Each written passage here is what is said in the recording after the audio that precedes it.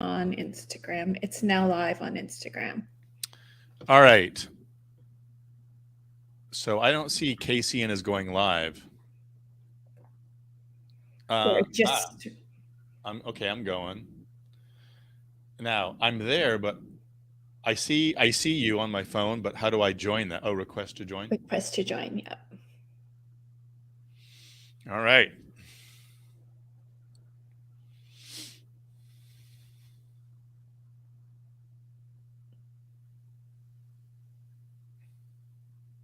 Okay. You should be on. All right. Joined. Hello, everybody, and welcome back to another Kick-Ass Couples Nation Nooner. We are excited to be live with you today, and we have got some fun. Joining me on this stream today is Holly, and Holly is our Director of Operations at Kick-Ass Couples Nation, and she has been working hard on putting some questions together. In fact, she found the top 5 questions that she has prepared of the top issues that couples struggle with when it comes to managing their money. So we're going to get into some financial issues today, things that get in the way that make it sticky or that make it tough. So Holly, are you ready to dive in and have some fun today? I am. However, I think you're still connecting on the Instagram feed. So we might have to just hang When you on for a second. Okay. Well, when I hit live, I see you. Do you? Okay. I just see like a spinning wheel. So Yeah. It's a little delayed, but share this live video with others and no. Okay. It says I'm there and we're okay. live. Well, let's go for it then. Maybe it'll Okay. catch up. All right.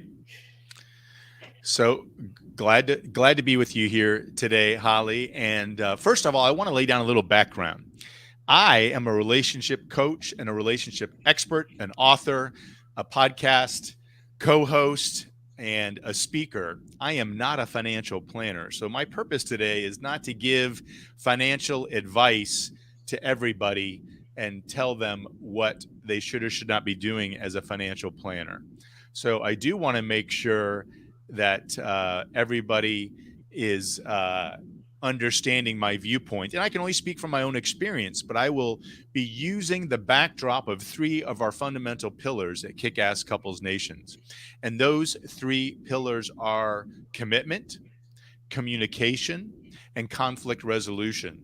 So when we talk about these financial issues today that we'll be experiencing and confronting, I'm going to be using that lens to encourage people how they can respond and handle these as they may come up in their relationship. So Holly, I am ready if you are ready. What's the first question you've got for us today? Yeah. So I have the top 5 questions that couples struggle with when it comes to managing their money. So the first one is how can we communicate effectively about money without getting into arguments or causing tension in our relationship? That's a great question. So you said communicate, which is the key word. We want to communicate effectively about money. And I don't know if everybody on the line knows, but financial issues are the second issue, the highest rated issue when it comes to divorce in couples. The first is if there's been infidelity or a break of trust or abuse. And so it's pretty important that when we're communicating about finances, we got to make sure we start off by communicating from our own perspective. And I would say that means that we've got to communicate our needs relative to financial issues to our partner.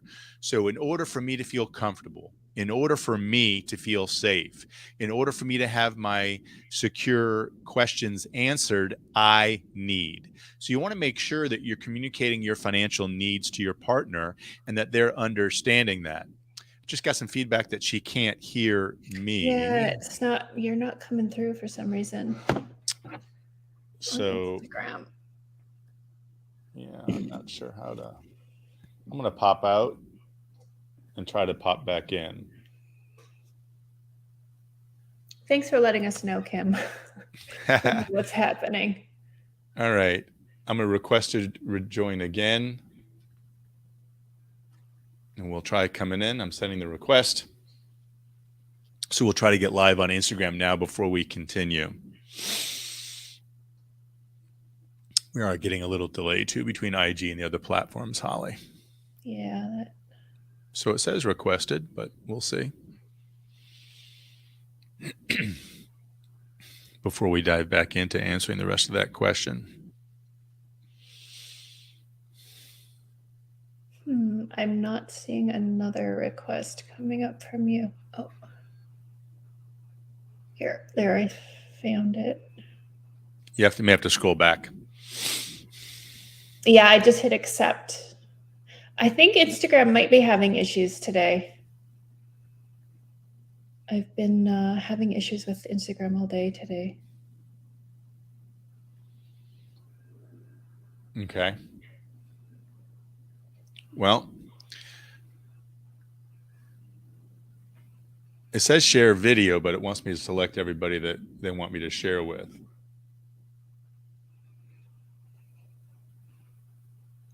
Can you get past that screen? Yeah, did that. So, yeah. It says it's live, and I'm assuming you accepted, so we're going to have to continue on our other platforms, I guess.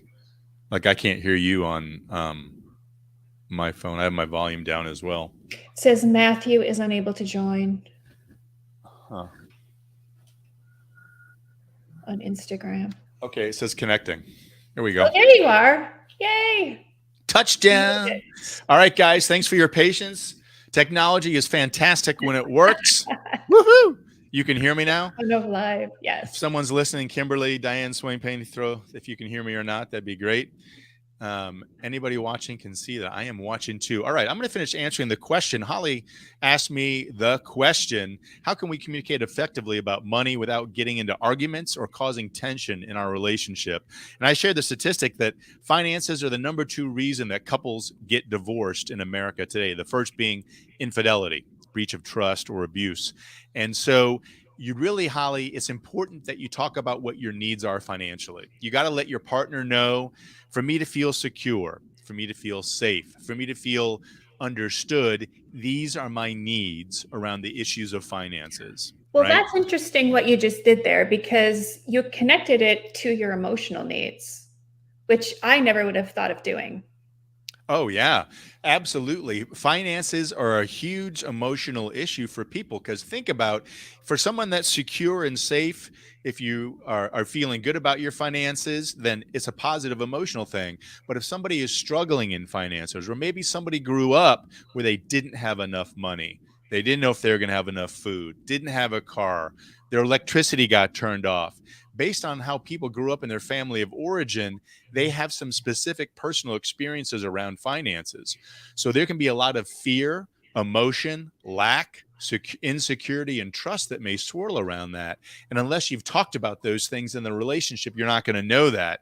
And like I said, we're going to focus all of my lens, since I'm not a financial expert, but I am a relationship expert, that the lens we're going to use to talk about today are 3 of our pillars at Kick-Ass Couples Nation. We have 14, but the 3 we're really going to hone in on and use as our lens is commitment, communication, and conflict resolution.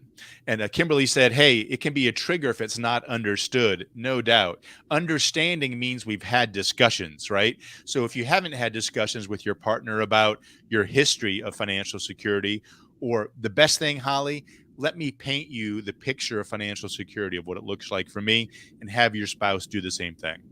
Yeah. And so when I think about that, in order to communicate that to your spouse, I think you need to communicate that within yourself first, and have an understanding of, why are these emotions coming up? What emotions are important to me about this situation?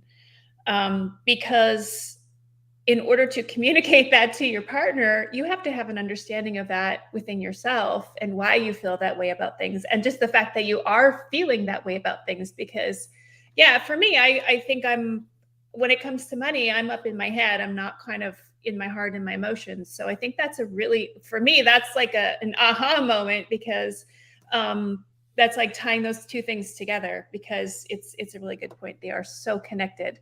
And yet a lot of the time we just keep them so separate. So Oh yeah, that's a financial big stuff. aha moment. Yeah, financial stuff is emotional, and our emotions are connected to it. And you're right. You have to deal with that and do that self inventory first. How do I feel? What's important to me? What's acceptable? What are the non-negotiables? Right? And because if you don't share those with your partner and they cross a non-negotiable for you unknowingly, then they're committing a sin that they have no idea they've committed, and it's really not fair to judge them on a need that has not been communicated. Right. Good point. Okay, let's move on to the next question. How can we deal with one partner who is a spender and the other who is a saver and find a compromise that works for both of us? That is a great question. Well, so what I want to kind of back up for a minute, and as a backdrop to a lot of these issues, I want to give you an analogy about the idea of a budget. I said earlier that I'm not a financial expert and I am not getting any promotion for this, but I'm going to show a book to you all right now by Dave Ramsey. It is called The Total Money Makeover. I reread this book because I want to give it to my daughter and her boyfriend so they could start making some wise financial decisions when they're younger. And it really reminded me of a lot of great principles. And one of the things that he talks about is having a budget. And and the importance of having a budget. If you don't have a budget, your money is telling you where it's going to go. If you have a budget, you're telling your money where it's going to go and what it's going to do. Let me give you an analogy, Holly. I want to ask you, we all love to go on vacations, right? And it's something that there's a lot of excitement about. Would you ever pack your bags, get in the car, and just start driving without an idea of where you wanted to go for a vacation? Does that sound like something that you would do and you would be a fun thing? No, I'm a little more of a planner than that. Well, most people are, right? And if you think about going on a vacation and not knowing where you're going and when you're going to get there or how long you're going to be is just like approaching life without a budget. So it's the same analogy.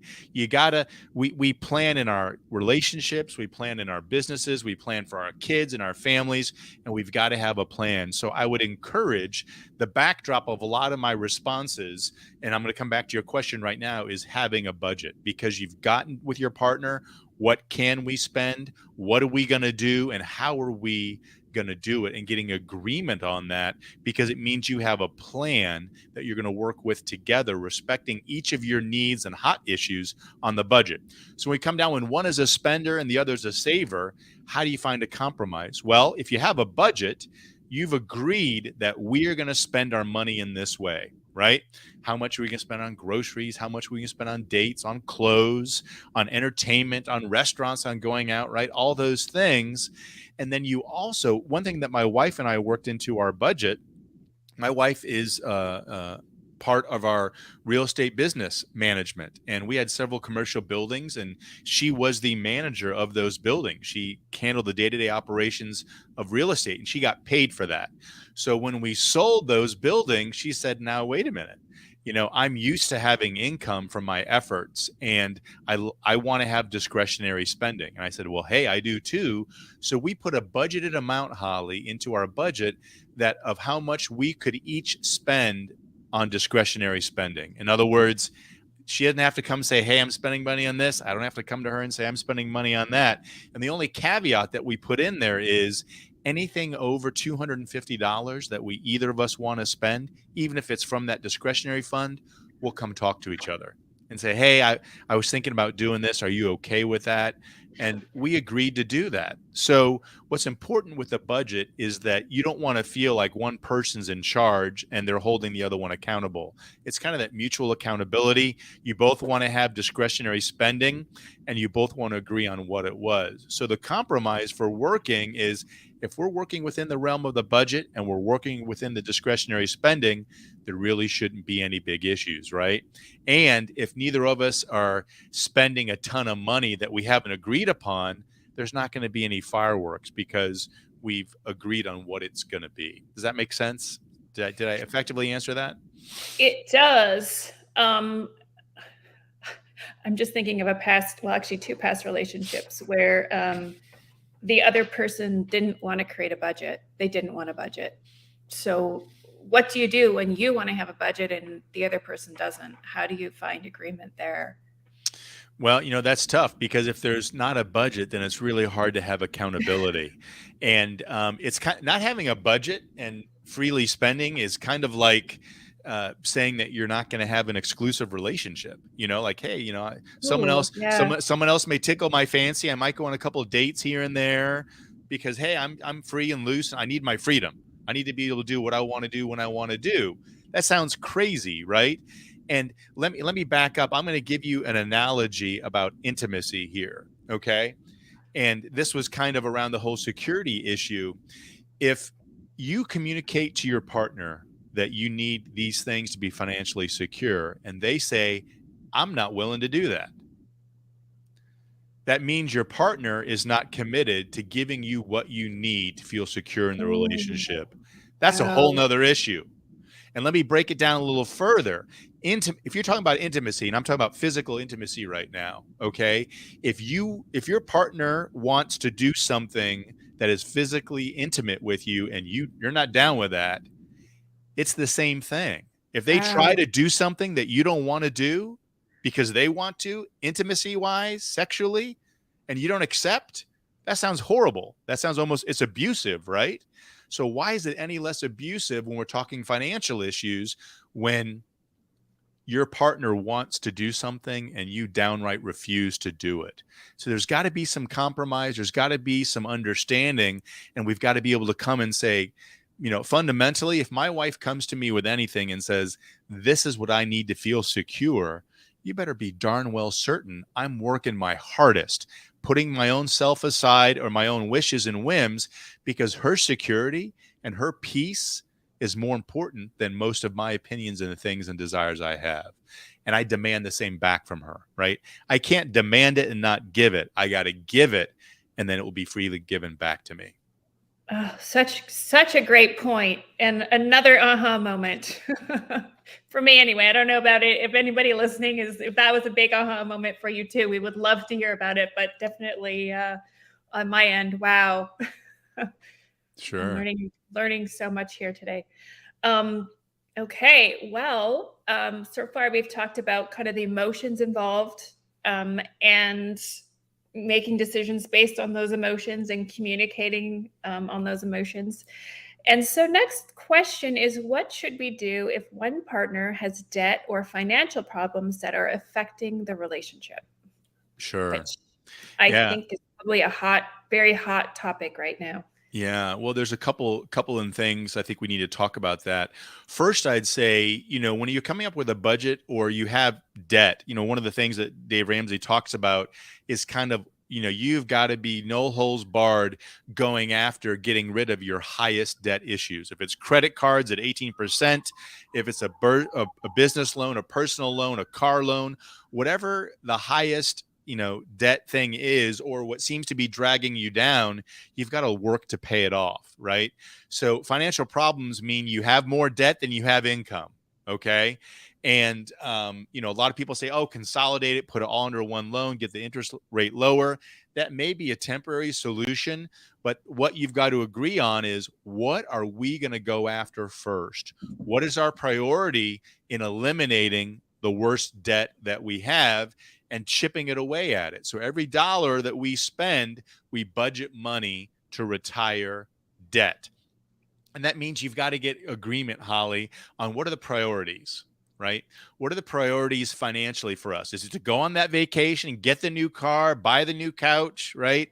And what about, if you have discretionary spending on clothing or eating out, let's say it was $100 a week. Well, what if you made it $50 a week? And instead you took that $200 a month and used it to retire that high cost debt. There's always something you can do, but you've got to get agreement and communicate it with your spouse. I think an easy way to do that is if each partner says, here is my number one financial priority.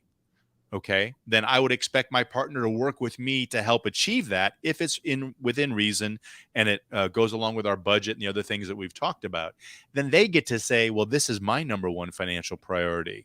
And it's no less important than saying, I need you to support me in this way. That's all you're doing. It just happens to be in the subject of finances. It could be if your partner came to you and said, "Man, for me to feel truly loved by you, this is what I need." Wouldn't you want to give that to them? Wouldn't you want them to feel loved the way they want to feel loved? So when your partner says, "For me to feel financially secure, for the most important thing I think we need to focus on financially is this, because there's a problem in our relationship," then you need to focus on it. And setting goals and talking about the community, security is another one of our pillars, Holly. It's our 13th pillar at KCN. And security and finances are directly related. If you don't have financial security, it is hard to be at peace, to be at ease, to have trust and honesty in the relationship. So you want to feel secure, and having that communication with your spouse about what those financial hotspots are is huge. There's a saying, how you do one thing is how you do everything. And the more you're talking about this, the more I realize that all of the pillars that you talk about are so connected. And it really just comes down to those three main ones, the communication especially. And I'm going to go back to yourself again, really knowing what your own personal needs are and being willing to communicate those to your partner so you can have that conversation about why it's important to you and what is important to you, so you can come to agreement on the prioritization and then make your decisions from there. I think so many of us are afraid to ask for what we need or want, and maybe that's because we're not really clear on it ourselves. You're right. I think, before you get it, it's easy to get into tactics. Hey, let's spend this. Let's not spend that. Let's save this. Right. We all want to get, guys especially, we're guilty of this. We want to tactically get in there, figure it out, get to the goal, win the day. Right. But I would encourage couples relative to finances is to have that base foundation conversation first, where you say, for me to feel financially secure, stable, at ease, this is what I need. And then have your other partner do the same thing. Because then your conversation is, how do you each get to support each other to achieve that state? And you get into the tactics, you get into the budget, you get into the spending. But, imagine if someone said to you, Holly, this is back on the comment you said just a minute ago, our relationship is great in every area except finances. Well, what are you really saying? You're saying, we have variable commitment. You're saying we don't communicate about some things we do, right? Think about the spouses that are out there that hide, lie, or have cheat spending. They don't tell their spouse. They have another account, or I'm just going to save this money on the side because it's quote unquote my money, right? Just like there's I in you before you get married, once you get married, it's ours. And everybody, whether one person's the breadwinner or the other, or you both are, doesn't matter. Even if one makes twice as much as the other, there needs to still be equal say in a partnership, because your partner's for life. So you can't say, hey, I make twice as much as you, so I have much more. I have 2 votes, you have 1. That doesn't make sense. There's got to be equanimity. This reminds me of an episode you guys did on the Kick-Ass Couples podcast, and I don't remember the name of the couple, but I remember that they spoke about how they came to agreement of what their values are, their marriage values, and they actually printed them out and had them on the wall. Mm-hmm. And I can see how valuable that would be when it comes to making decisions like this to your finances, because everything you do and every decision and choice you make and even discussion you have is rooted from those values that you're living by day in and day out. Yeah, that was Erica and Scott Savor. And great couple. I remember them. They're fantastic. And Scott's a coach. He helps people achieve that. And they have it on their wall. And the top of it says, today did I?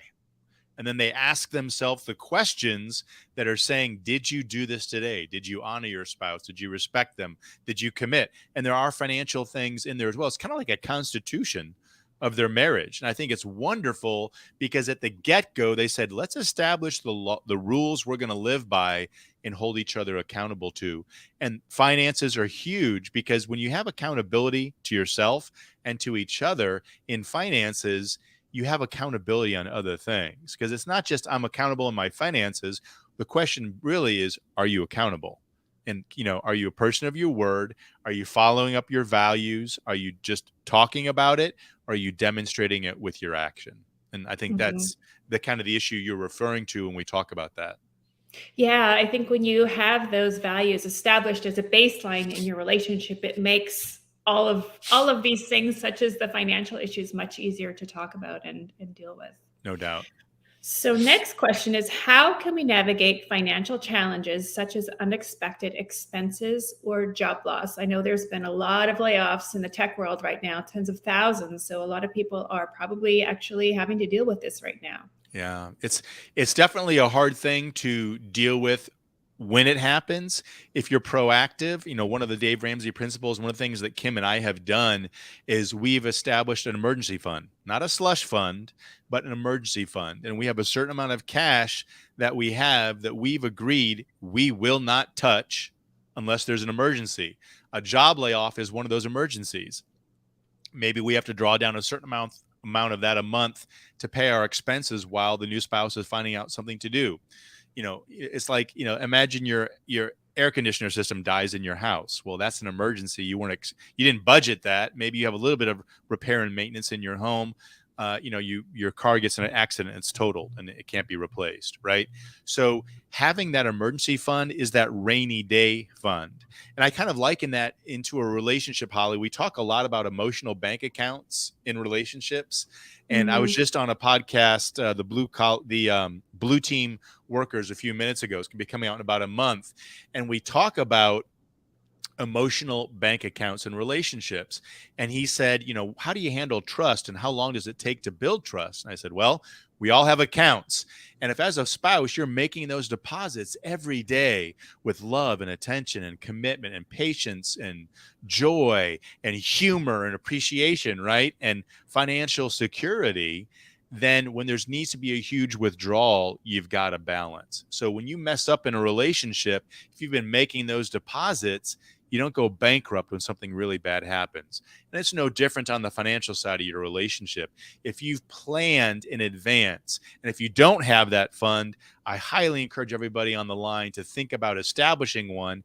And it's an emergency fund. It's not a, hey, I'll spend it later fund, or, ooh, that new bicycle looks really cool. I'd look great in the trail on that bike, and buying it. That's not what the emergency fund is for. It's for those occasions you can't plan for and you don't anticipate, and not getting surprised. And if you don't have that fund and you're hit with one of those surprises, then really it's got to be, you're going to have to adjust your life, right? If you have that budget, what adjustments are we making in the budget? All hands on deck. And what can we do to get through this together? It's not, hey, that's your job, you better figure it out, because you're in this together. It's a partnership. You'll take it on together. And, both partners can say, what do we got to do? Do you have any guidelines that you would use to calculate that fund by, like 3 months worth of salary, or I don't know, something like? I think I think Ramsey talks about initially a 3-month, your expenses for 3 months. In other words, what does it take you to live for 3 months, and work to that? And then once you get there, he says, now do it to 6, right? So Okay. ideally, because if you can survive 3 months of expenses on everything, you both could lose your jobs. Within 90 days, someone should be able to make a change in that, whether it's one or both individuals, Right. to get back on track. But my wife and I have a 6-month, well, we have our amount started low, and now it's at a level where, we can survive for a good amount of time if neither of us were able to make money in the current roles we have. Right. Okay, so that, I guess, leads into our last question, which is, how can we ensure that we're both on the same page when it comes to our long-term financial goals and priorities? So this is a huge issue, and I'm going to go back to the relationship and then bring that forward. One of the most important things you can do with your partner is to talk about hopes and dreams. If you want to be intimate, a great question is just to say, tell me about your hopes and your dreams for our relationship. And I'm no financial price tag attached, but what's your greatest hope? What's your greatest dream for you individually and for our relationship? And when you start dreaming and sharing, you get a deep connection, you form a bond, but then you can talk about it in the status of hopes and dreams for our relationship, personally, and then financially. Each year, you can plan to help make it a reality. Remember I talked earlier about picking that number one priority, that number one thing. Man, if this one thing could happen financially for us this year, I'd be over the moon. You got to know what that is. And I think so to be on the same page means I know what yours are, you know what mine are, and then you got to say, is it in tune with our values, right? I mean, to say that we're going to go on a $50,000 vacation when that's 5 or 6 times the amount of our monthly income, right? Is not something we could say that maybe is a hope and a dream, but then you say, okay, if we want to take that $50,000 vacation, how long can we plan until we can get there? And let's start working if both partners agree. So sharing your hopes and dreams is a huge way to bond and connect with your partner, and then whittling it down to your personal dreams, your relationship, and then you can bring that third thing in there, which you talked about, which is your financial goals. And start small. You're not going to get it done all at once, but we talk about little deposits. Well, making little deposits in a financing account, when you reduce your debt, the freedom you get is more than just the reduction of the debt, because your earning power and other things just gets magnified over time. When you're not spending and you're saving, right? You're earning interest, and that interest can start to pay you back. So sharing your hopes and dreams and having that intimate conversation has got to be an ongoing activity in any healthy and long-term relationship. And that reminds me of another podcast episode on the Kick-Ass Couples podcast, where you had guests, Jillian Fledstrom and her husband. I'm so sorry, Jill, I can't remember your husband's name, but Joe Vega. Joe. Yes. I love how they would sit down at least once a year and talk about their goals for their relationship. And, they would have goals for their business, but they would also have goals for their relationship. And I think that's where these financial goals and priorities would fit in as well. And I just think that was a brilliant idea. I never thought about doing anything like that. Yeah. Before. I mean, bottom line, if you're leaving your financial communication, your conflict resolution, and your commitment off the table, you're kind of cutting off an appendage of your relationship. It's really important, and it plays into all the pillars. And I tell you what, if you leave those financial issues unresolved, you're going to see blockage across multiple areas. In fact, I started making a list, Holly, of the 14 pillars that we have. If you want to check them out, you can go to MatthewPHoffman.com. They're there for download. You can see how you're doing in our assessment. But the financial security and the financial issue plays into every single pillar that we have. It has a positive or a negative impact on every key pillar of your relationship. So if you think the financial issues are over on the side and everything else is okay, I would kind of beg to differ and say that you really got to have your finances buttoned down and have those conversations, talk about your commitment, and resolve those conflicts. Otherwise, it's going to seep into and technically poison every other part of your relationship. It's so much more about the money. That's my big aha from today. That's my big takeaway from today. Thank you, Matthew. This was like so much more than I thought it could be. So this is really enlightening. Yeah. Thank you so much. Thanks for the great work and the research. And hey, if anybody out there wants to learn more about how you can have a better relationship, I'm a Kick-Ass Couples coach. We have a great program. We'll make sure that Holly drops the link of where you can go if you want to learn more about how you can reach your own relationship nirvana.